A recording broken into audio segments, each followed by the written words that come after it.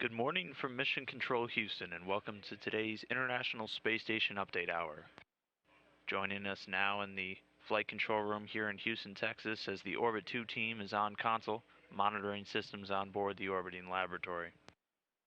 Today's team is being led by Flight Director Emily Nelson, and joining her will be Capcom Rob Hayhurst, serving as the voice connection between controllers here on the ground and the astronauts up in space.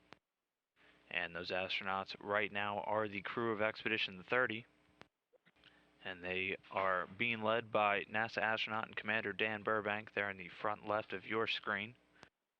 And also in the front row joining him is Russian cosmonaut Oleg Kononenko.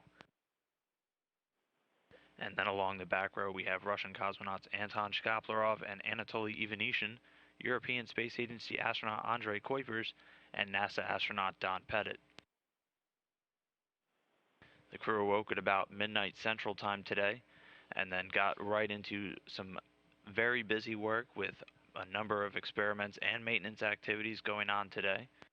Starting out, we have Commander Burbank, who began his day doing some of the treadmill kinematics exercises.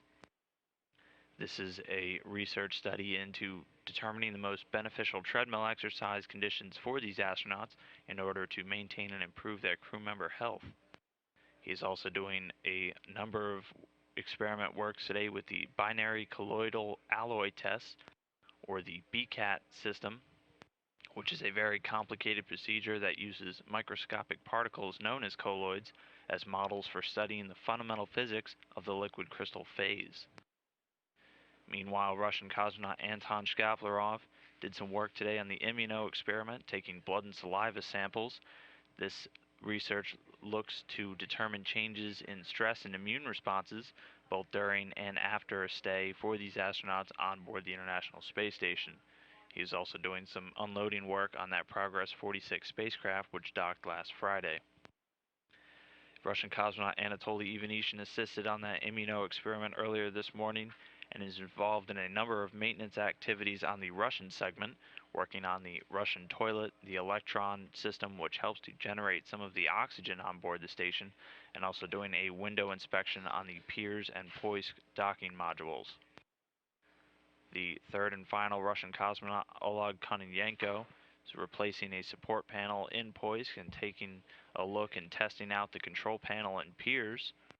And this is all being done in preparation for an upcoming Russian EVA, or spacewalk, scheduled to take place February 16th. That will be with Kononenko and Shkaplerov. European Space Agency astronaut Andrei Kuipers is working with the water resource system, doing some transfer work and cleaning it out, and also doing some replacement work in one of the human research facilities, working on the pulmonary function system.